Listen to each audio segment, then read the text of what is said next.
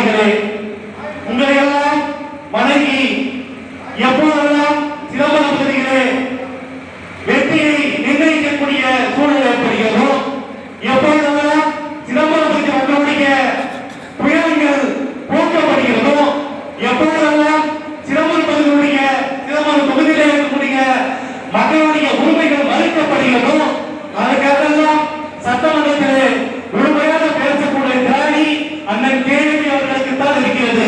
அது மட்டும் இல்லாமல் நாமெல்லாம் இந்த முறை கொடுத்து வைத்தவர்கள் ஏனென்று சொன்னால் 2 முறை எம்எல்ஏவாக மாறியவர்கள் 3வது முறையாக எம்எல்ஏவாக வெற்றி பெற்றால் கண்டிப்பாக அமைச்சராகக்கூடிய தகுதியும் திராணியும் அண்ணன் கேள்வி அவர்களுக்கு தான் இருக்கிறது. ஆக